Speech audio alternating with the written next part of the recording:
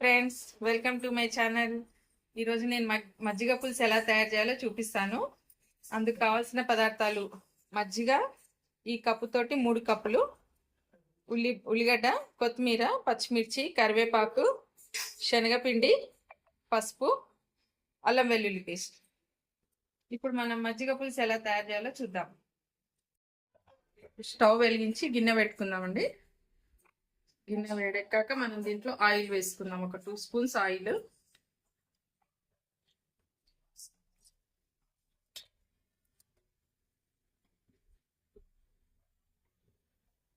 Oil heat ఎక్కిందండి మనకి. దీంట్లో జీలకర్ర 1 స్పూను, ఆవాలు, కరివేపాకు, పచ్చిమిర్చి,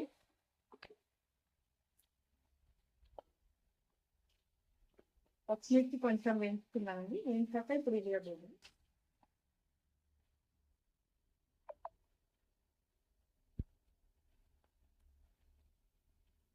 కొంచెం ఇలా స్మాష్ చేసేద్దాం.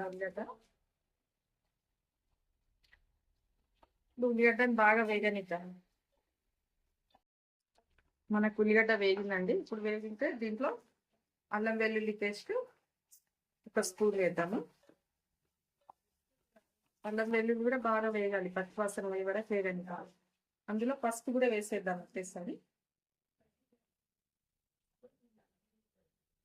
పసుపు మనకు కావాల్సినంత చల్లకి బట్టి. ఇప్పుడు ఇది బాగా వేగనిద్దాం. నాకు ఉల్లిగడ్డ అల్లం వెల్లుల్లి పేస్ట్ వేగేలోపు మనం ఈ మజ్జిగలో శనగపిండి వేసి గ్రైండ్ చేసుకున్నాం. ఇందాక శనగపిండి తీసుకున్నాం కదా, నేను ఈ కప్ తోటి 3 కప్స్ మజ్జిగ తీసుకున్నాను కదండి. దీనికి ఒక 2 టేబుల్ స్పూన్స్ శనగపిండి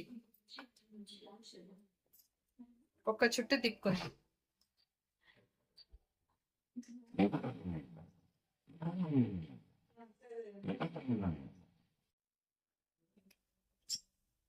ఓకే, గ్రైండ్ అయిపోయిందండి.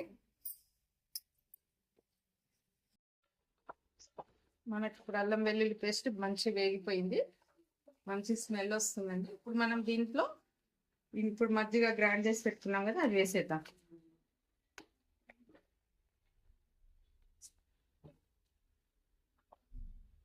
స్టవ్ చిన్నగా చేసి కలుపుతూ వేయాలండి.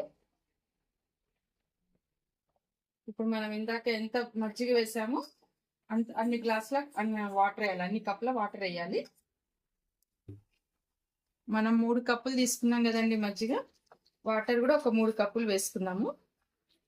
మీకు ఇంకా కొంచెం పల్చగా కావాలనుకుంటే కూడా కొన్ని వేసుకోవచ్చు. శనగపిండి కదా, గట్టిగా ఆరిపోతే గట్టిగా అయిపోతుంది కదా, ఇంకొద్ది పల్చగా కావాలన్నా వేసుకునవచ్చు. కరెక్ట్గా అంటే ఇప్పుడు నేను వేసింది కరెక్ట్గా సరిపోయింది. ఇది ఒక్క పొంగు వచ్చే వరకు ఇలా కలుపుతూ ఉందామండి.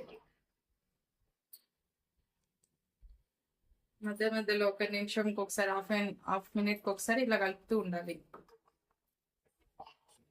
మనం దీంట్లో సాల్ట్ వేసుకుందామండి, తగినంత సాల్ట్. మజ్జిగ కాబట్టి మినిమం ఒక 2.5 3 స్పూన్స్ ఉంటుంది. ఇప్పుడు మనం పొంగని ఒక పొంగు రానిద్దాం దీన్ని.